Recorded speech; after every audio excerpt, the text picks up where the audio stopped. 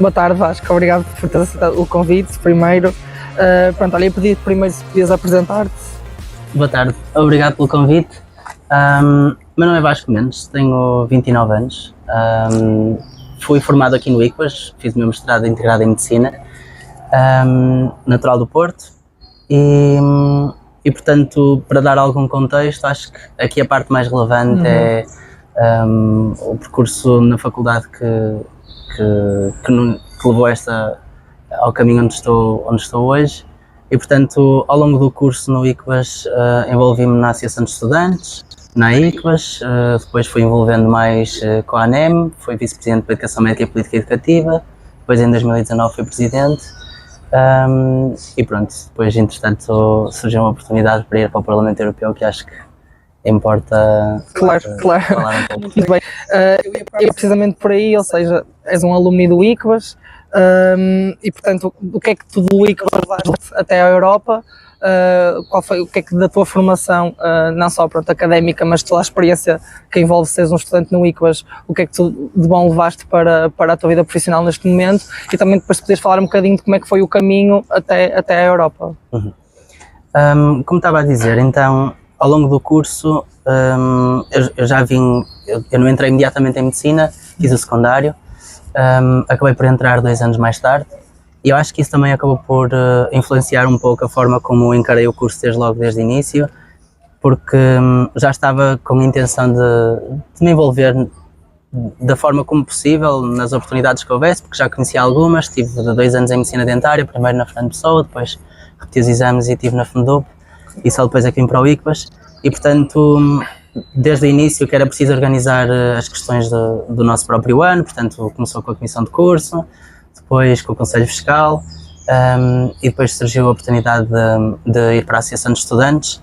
Eu lembro muito bem, foi numa Assembleia Geral, onde estavam a discutir a posição global da ANEM, e foram levantadas várias questões com as quais eu nunca me tinha confrontado, por exemplo, se é que deveria existir ou não ano comum, a questão do acesso à especialidade, e estávamos precisamente no ponto de viragem de muitas dessas questões, em que o ano comum estava em risco de acabar, hoje em dia é chamado ano de formação geral, porque foi feita uma revisão do regime jurídico do internato médico, e estavam a surgir as primeiras ocasiões onde médicos não tinham acesso à especialidade, e portanto tudo aquilo me levantou questões com as quais nunca me tinha deparado, e decidi participar mais, ser mais participativo. E daí que me convidaram para o Departamento de Pedagogia e Apoio ao Estudante. Depois, obviamente, a Associação de Estudantes foi mudando muito ao longo do tempo, mas este departamento existiu. E pronto, a área de Educação Médica sempre foi do meu interesse na ANEM, enquanto representante local. Depois, enquanto vice-presidente, na altura havia 2 competências, uma que era fazer a parte da representação externa com entidades externas, em apoio ao presidente. E a outra era coordenar um grupo de trabalho de educação médica, onde nós produzíamos estudos, e hoje em dia existe, mas estas competências estão separadas entre 2 cargos diferentes. E eu acho que esta componente de pensar de que forma é que as políticas de saúde ou as políticas de formação médica influenciam as de saúde e, portanto, influenciam também os ganhos de saúde para os cidadãos, foi algo que despertou em mim um grande interesse. Tanto é que depois, em 2019, acho que a parte da política educativa e das políticas de saúde foram um grande foco do mandato que tive a oportunidade de fazer na ANEM, e contactei lá com o Ministério da Saúde, o Ministério da Ciência, Tecnologia e Ensino Superior, a Ordem dos Médicos, sindicatos, com o Conselho de Escolas Médicas Portuguesas, enfim, com imensas entidades, e acho que isso também trouxe ao de mim uma vertente mais voltada para as políticas de saúde, que eu acho que se calhar já tinha uma certa tendência, mas que foi possível desenvolver aí. Como é que isso se relacionou com a parte do Parlamento Europeu? Muito coincidentemente, quer dizer, tipo, um acaso que toda a gente sabe, em 2020 foi a pandemia, não é? O mandato terminou em dezembro de 2019. Em 2020 decidi criar um podcast, porque estávamos todos parados em casa, era a coisa mais fácil e dinâmica de fazer em casa, com um microfone e um computador. Claro. E em 2019 tinha sido eleita para o Parlamento Europeu uma deputada, que é médica de saúde pública, e portanto já tinha sido dirigente na ANEM. Eu já tinha ouvido falar dela, Sara Cerdas, e então, entre vários convidados que tive no podcast, decidi convidá-la a ela também. tivemos uma conversa interessante, também porque acompanhava alguns desenvolvimentos da política europeia, mas confesso que não muitos, nunca tive assim muito voltado para a parte internacional. E depois daí eu acho que ela também gostou do meu feedback, perguntou sobre mim a outras pessoas, acho que surgiu ali uma dinâmica interessante e ela perguntou-me que planos é que eu tinha para o final de curso. Como a minha intenção era emigrar, já na altura, não foi difícil mudar os planos e aceitar, neste caso, fazer um estágio no Parlamento Europeu, que pronto, acasos sobre acasos, quando eu cheguei, a pessoa que estava na posição onde estou hoje, que é assessor político para políticas de saúde, saiu e, portanto, rapidamente surgiu a oportunidade de ficar e por que não? Aceitaste o desafio. Muito bem. E se tivesse de destacar alguma coisa que levaste do ICBAS, uma aprendizagem que neste momento é útil no Parlamento, o que é que escolherias?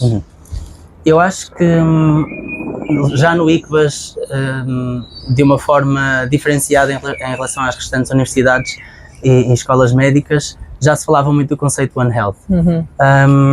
E, portanto, depois foi algo que outras escolas médicas também foram tentando abordar mais nos seus currículos, claro. Percebendo a importância, mas acho que verdadeiramente esse conceito existe mais aqui e claro, pode ser mais aprofundado, mas seja como for, ele está patente ao longo do curso e mesmo na nossa formação extracurricular. Portanto, eu acho que esse é um conceito que, se calhar, se eu não tivesse sido exposto desde cedo, também não poderia compreender tanto o impacto, por exemplo, em políticas europeias, ao melhorarmos a qualidade do ar, estamos a melhorar tanto a saúde ambiental como a saúde animal e a saúde humana. Claro. A questão que no Parlamento Europeu existem diferentes comissões e a comissão que tem a área ou a competência da saúde pública engloba 3 áreas distintas, que é o ambiente, a saúde pública e a segurança alimentar. E, portanto, é muito frequente surgirem leis, sob a forma de regulamentos ou diretivas, que vão, de alguma forma, ou incidir mais no ambiente, ou na saúde pública, ou na segurança alimentar, mas eles estão todos interligados. Claro que sim. E portanto, eu acho que o conceito One Health foi definitivamente aquilo que acho que foi mais útil ser despertado. Mas, obviamente, a interdisciplinaridade é muito importante e destaco estes. Ok, muito obrigado. Vasco, agora se nos focarmos um bocadinho mais neste período que se avizinha, que são as eleições europeias, falarmos um bocadinho do que é o funcionamento das mesmas, começar, quem é que pode votar e quem é que pode ser eleito? Então, dependendo dos países ou dos Estados-membros, são 27, é possível votar a partir dos 16, seja, por exemplo, Áustria, Bélgica, Alemanha, Malta, ou a partir dos 17, como por exemplo Grécia, mas a esmagadora maioria dos Estados-membros tem a idade de voto a partir dos 18 anos. Portanto, é necessário estar licenciado no nosso território nacional. Podemos deslocar às mesas de voto no dia 9 de junho, ou então através do voto antecipado no dia 2 de junho, se a inscrição ocorrer entre o dia 26 de maio e o dia 30 de maio. O facto mais interessante, diria eu, destas eleições é que, de uma forma diferente das restantes, os cadernos são digitais e, portanto, podemos votar tanto em Portugal, neste caso, em qualquer mesa de voto, tanto no dia 2 como no dia 9, como também podemos votar nos restantes Estados-membros da UE, porque o nosso voto vai parar ao nosso Estado-membro, à nossa lista única nacional. Exatamente. E sobre o processo, mais especificamente da eleição dos membros do Parlamento e mesmo depois como é que os resultados das eleições são distribuídos pelos diferentes membros da União Europeia? Queres falar um bocadinho sobre isso? Sim.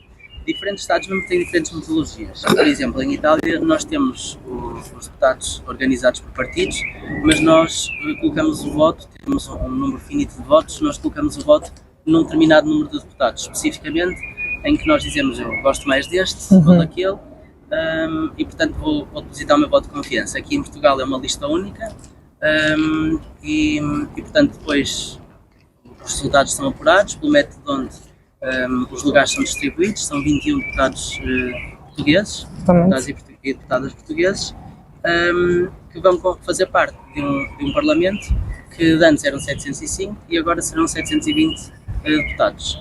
A forma mais interessante que depois as coisas decorrem, no fundo, em Portugal temos vários partidos, mas em diferentes Estados-membros temos outros partidos que são mais semelhantes ou não, mas aquilo que acontece é, por exemplo, o Partido Socialista pertence a uma família política, o Partido Social Democrata pertence a outra, o CDS pertence a outra e, portanto, eles, no fundo, quando são eleitos e têm um lugar no Parlamento Europeu, agrupam-se por aquilo que podem ser chamadas famílias políticas, digamos assim, ou grupos. Não são partidos, passam a ser grupos. E, portanto, os grupos têm uma identidade semelhante ou próxima, juntam os vários partidos e tentam, assim, ter uma certa coordenação para os restantes 5 anos do mandato para aquilo que são as linhas das prioridades, também a própria forma como irão votar. Ao contrário do Parlamento Nacional, não existe disciplina de voto, ou seja, tanto a nível das delegações, ou seja, os portugueses do Partido Social Democrata podem votar diferente de outros partidos à direita na mesma família política, mas os próprios deputados dentro desse partido podem votar diferente. Por exemplo, a deputada para a qual eu trabalho, ela é madeirense, apesar da lista ser única e nacional, ela não deixa de ter uma certa atenção especial às particularidades dos madeirenses. E, portanto, digamos assim que as prioridades e a forma como ela vê as prioridades vão ser, em primeiro lugar, os madeirenses, depois os portugueses e depois os europeus. O que é que vai beneficiar cada um deles em diferentes níveis.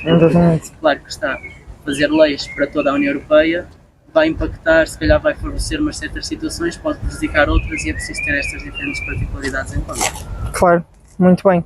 Pronto, Vasco, agora estamos a falar do Parlamento Europeu, mas a União Europeia é constituída por diferentes estruturas. Além do Parlamento Europeu, temos a Comissão Europeia, o Conselho Europeu, o Conselho da União Europeia.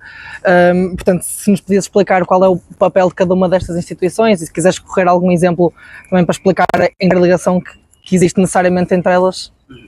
Claro, eu acho que esta parte é um pouco mais confusa, mas eu acho que também acaba por ser um pouco necessário entender a dinâmica das diferentes instituições para perceber porque é que a União Europeia acaba por ser aquilo que as pessoas consideram às vezes uma máquina pesada.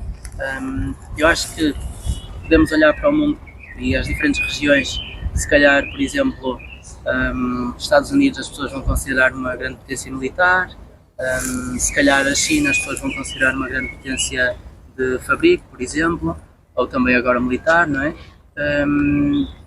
O Médio Oriente se calhar uma potência petrolífera. Eu acho que não é problema nenhum considerar a União Europeia uma potência regulamentar, porque a forma como nós impomos as regras no território europeu e às vezes, por exemplo, se nós impusermos as regras também aos produtos que importamos de fora, acabamos por estar a moldar a forma como as indústrias funcionam. E posso aqui dar um exemplo.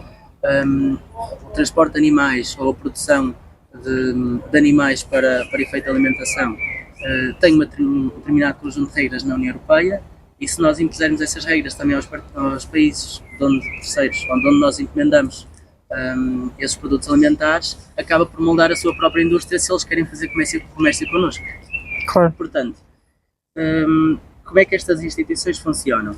Temos, por exemplo, o Parlamento Europeu, vai ter estes 720 deputados, é a única destas instituições com um voto direto pelos cidadãos europeus e, portanto, daí a importância de nós participarmos nestas eleições europeias. Se há forma de nós influenciarmos as decisões que são tomadas, de acordo com os nossos princípios e valores, digamos que eu posso acreditar mais num conjunto de princípios e valores e mesmo que um determinado partido não o faça por inteiro, acho que vale a pena votar porque estes deputados vão ter alguma coisa a dizer nas eleições, na forma como os trabalhos vão decorrer e, portanto, depois existe, o Parlamento é considerado um co-legislador. Portanto, ele não tem iniciativa legislativa, não pode criar leis, mas vai alterar as leis que são propostas. Depois existe o Conselho da União Europeia, que tem o outro co-legislador e, portanto, estes dois organismos têm que reunir entre si e encontrar consensos. Porque é que não é um só?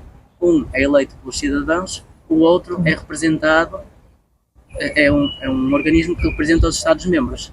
E as coisas não são exatamente as mesmas. Se calhar a vontade dos cidadãos pende mais para um lado e a vontade dos Estados-membros pende mais para o outro. Um exemplo muito prático. Se calhar as pessoas têm preocupações no que diz respeito à proteção de dados mais apertadas e mais conscientes e compreendentes, e se calhar os Estados-membros pensam, ok, mas eu para alterar a forma como eu armazeno os meus dados, por exemplo, de saúde dos meus utentes de saúde, eu se calhar tenho que investir muito na minha infraestrutura e eu não quero gastar tanto dinheiro, ou eu não posso gastar tanto dinheiro, portanto as prioridades são diferentes. E o Conselho da União Europeia vai, no fundo, representar os diferentes Estados-membros através dos seus organismos ministeriais, por exemplo, na saúde, no ambiente, diferentes competências, e tem diferentes preocupações dos cidadãos. Portanto, estes são os dois co-legisladores. Aquele que tem efetivamente iniciativa legislativa é a Comissão Europeia. A Comissão Europeia pode propor leis, que depois vão ser apreciadas por estes dois, negociadas e dão um resultado final. Para além disso, a Comissão Europeia também é o organismo que executa, ou seja, quando nós dizemos vamos comprar novos medicamentos, vamos financiar novas vacinas, é a Comissão Europeia que executa essas ações todas. E depois o Conselho Europeu é, no fundo, vamos imaginar que um organismo à parte, onde se sentam os chefes de Estado, neste caso primeiros-ministros de países, diferentes Estados-membros têm diferentes contextos jurídicos, mas que não negocia as leis, não legisla, não produz as leis, mas direciona, digamos assim, e define a agenda política. Vamos, por exemplo, ver agora no contexto da Ucrânia, os chefes de Estado dizem, ok, nós precisamos de ajudar mais a Ucrânia, e eu quero que a Comissão, que é quem executa, vá buscar, imaginemos, 5 mil milhões de euros. E a Comissão Europeia diz, ok, eu vou propor uma nova lei, onde eu digo, eu vou buscar dinheiro da coesão territorial, dinheiro da saúde, dinheiro da transição verde, e vai dizer, eu vou reunir este dinheiro todo para dar à Ucrânia. E depois o Parlamento e o Conselho da União Europeia negociam, alteram, e depois a partir daí a forma como as coisas decorrem é, entre a Jornal Oficial da União Europeia, é regulamento ou diretiva e portanto aplica-se. Muito bem, perfeito. Acho que foram exemplos práticos que permitiram perceber perfeitamente como é que funcionava e obrigado, Vasco. Mas não deixa de ser um contexto não deixa de ser complicado, obviamente, mas acho que conseguiste simplificar de alguma forma. Vasco, qual é a importância dos nossos jovens e da população toda de maneira geral ir votar no dia 9 ou no dia 2 de forma antecipada? Okay. Eu acho que posso dar alguns exemplos de alguns ficheiros que foram produzidos este mandato e que eu acho que têm alterações ou dinâmicas específicas e que podem fazer as pessoas compreender qual é a importância. Tem aplicabilidade. Por exemplo, foi votado um regulamento relativo às substâncias de origem humana. O que é que isto quer dizer? Que antigamente era uma diretiva e, portanto, a diretiva indica objetivos, mas depois os Estados-membros é que legislam para cumprir esses objetivos. E neste caso agora é um regulamento e, portanto, aquilo que está legislado é aquilo que se aplica diretamente nos Estados-membros. Neste contexto, é no que diz respeito às doações, por exemplo, de gametas, de plasma, diferentes até terapias avançadas, bem, várias coisas. E, portanto, um problema que eu me lembro daqui a alguns anos nós falarmos é, por exemplo, as pessoas da comunidade LGBTQIA+, não serem desnegada a possibilidade de doarem, por exemplo, o sangue. E, portanto, estes dadores de sangue, os potenciais dadores de sangue, viam-se revoltados porque não havia efetivamente um motivo válido ou científico, se não um tanto ao quanto discriminatório, para o fazerem.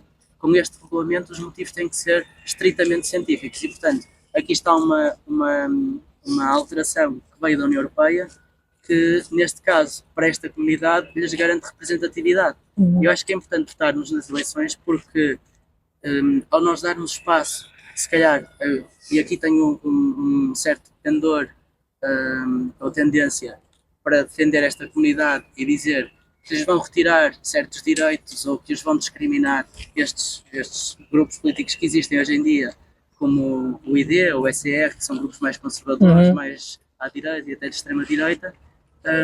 Eu acho que é importante votar porque se nós votarmos garantindo estes direitos e vendo esses direitos representados por outros grupos, eu acho que a União Europeia torna-se um espaço mais seguro, mais democrático e mais livre.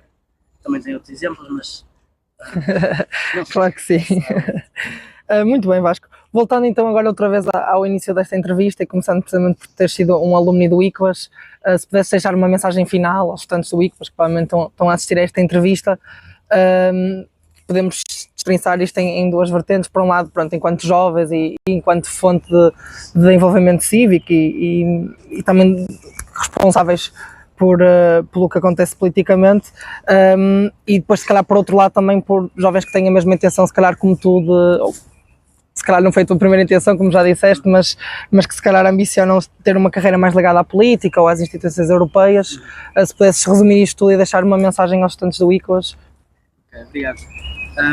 Eu acho que uma mensagem que levo desta experiência, desde o momento em que eu terminei o curso até aos dias de hoje, é que de facto, se calhar se tivesse seguido as coisas como potencialmente poderiam seguir, num caminho mais tradicional ou mais comum, era de facto impossível ter estas experiências. São experiências que levo para o resto da vida, porque ter a oportunidade de estar a propor alterações a regulamentos europeus ou a posições do Parlamento Europeu sobre diversas matérias, e destaco, por exemplo, o aborto, ou a saúde mental, ou neste caso, no âmbito legislativo, surgiu um novo regulamento para o Espaço Europeu de Dados de Saúde que vai alterar completamente a forma como nós vamos dar cuidados de saúde, podendo aceder aos registros dos cidadãos em qualquer Estado-membro, no público, no privado, e até, de certa forma, poder investigar com acesso a esses dados sobre regras muito específicas, mas também garantindo segurança e confiança das pessoas neste sistema. Eu acho que é uma oportunidade enorme, mas que também não existe uma fórmula mágica para poder ter estas experiências. O que eu posso dizer é, acho que as pessoas não devem estar nunca aversas à imprevisibilidade das coisas. Acho que devem estar sempre abertas a poder ter qualquer tipo de experiências e aceitar diferentes tipos de projetos. Acho que essa também foi um bocadinho a atitude que tomei desde o início, aceitando às vezes projetos que me tiravam muitas horas de sono ou até de estudo e para prejuízo das notas, não é? Ou do descanso, mas que de certa forma tive a oportunidade de representar também estudantes de medicina, depois agora também de estar no Parlamento Europeu, portanto trazem os seus frutos e portanto acho que estarmos abertos a diferentes experiências é de facto indicado. Se nós formos levar sempre o caminho mais seguro, vamos ter um resultado já um tanto ou quanto previsível. Se nós assim o quisermos, tudo bem, mas depois também, se queremos algo diferente, temos que fazer algo diferente. No que diz respeito à parte ao componente político, eu acho que não me consideraria às vezes as pessoas, quando enviam algum tipo de e-mails ou convites, dizem enquanto médico e enquanto político, acho que não é nada disso. Acho que qualquer pessoa no meu contexto iria ser forçada a assumir posições ou a defender certos ideais ou certas ideias, e portanto nós enquanto médicos temos sempre uma certa forma de pensar semelhante, que é olhar para as pessoas primeiro. E aqui no ICOAS eu acho que, estando sobretudo num hospital como no Santo António, que abrange pessoas do centro histórico, do Porto Oriental, também pessoas de um contexto socioeconómico mais frágil, contactamos diariamente com estes contextos e percebemos o quão importante é existir alguém que lhes dê acesso a estes cuidados e que lhes garanta melhor qualidade de vida e até em situações de emergência que os ajude. E portanto acho que as pessoas, se assumirem esse espírito, conseguem se inserir em qualquer contexto, seja no contexto clínico, seja num contexto mais político. Obviamente as experiências também vão-nos dando mais maturidade e mais capacidade para discutir, mais imaginação para encontrar soluções, e acho que a partir daí nos tornamos melhores profissionais. Sem dúvida. Por isso a minha mensagem é: experimentem coisas diferentes, tenham experiências diferentes, se querem resultados diferentes, e não é por alterarem os vossos planos um ano ou um caminho diferente que depois não podem, sobretudo, voltar à clínica ou ao internato médico, ou quer que seja, e serem médicos com outro tipo de competências. Claro que sim. Vasco, muito obrigado pela tua ajuda, pela tua colaboração a dar esta entrevista. Certamente foi uma mais-valia para os nossos estudantes. Obrigado. Obrigado.